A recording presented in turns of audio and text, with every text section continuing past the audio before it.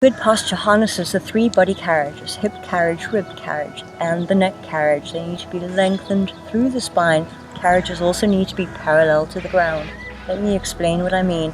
Hip carriage has lower front branches, higher back branches.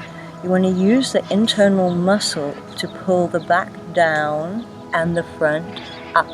Rib carriage as well has higher front branches compared with lower back branches. What you want to do is use the internal muscle, the length of the spine, to lift up from the back. So you lift the back part of the rib carriage.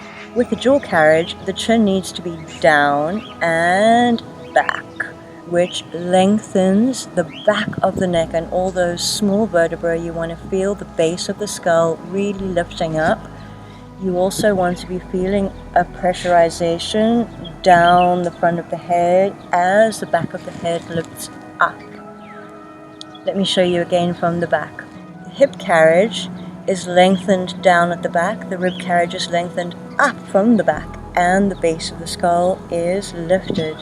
All the while you're extending and stretching the spine, creating space between the vertebrae. I'll show you one more time. We're going to be rotating the pelvis so that the front branches of the pelvis lift up and the back branches extend down. Rib carriage is opposite. Front branches of the rib carriage is down while the back of the rib carriage is up.